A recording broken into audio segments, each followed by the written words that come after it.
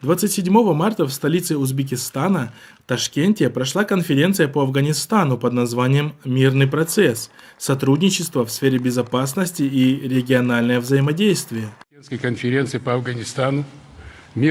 По данным МИД Узбекистана, в работе форума приняли участие министры иностранных дел стран Центральной Азии, спецпредставитель Генсека ООН по Афганистану Тадамичи Ямамото, глава внешнеполитической службы ЕС Федерика Могерини, заместитель госсекретаря США по политическим делам Томас Шеннон, министр иностранных дел РФ Сергей Лавров.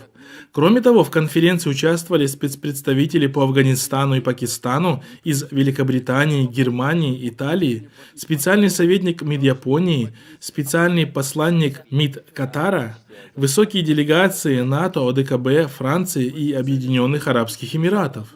Примечательно, что представители движения «Талибан» не присутствовали в обсуждении урегулирования ситуации в Афганистане, о чем накануне начала конференции сообщил руководитель пресс-центра конференции Шерзот Кудрат Ходжаев.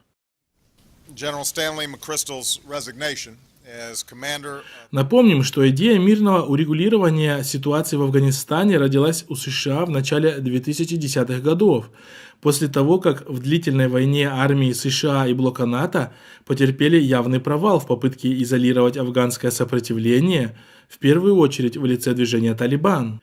Так, в рамках претворения этого плана в Катаре по инициативе США в 2013 году было открыто официальное представительство движения «Талибан» как площадка по переговорам и обмена пленными, что в свою очередь не продвинуло процесс мирного урегулирования.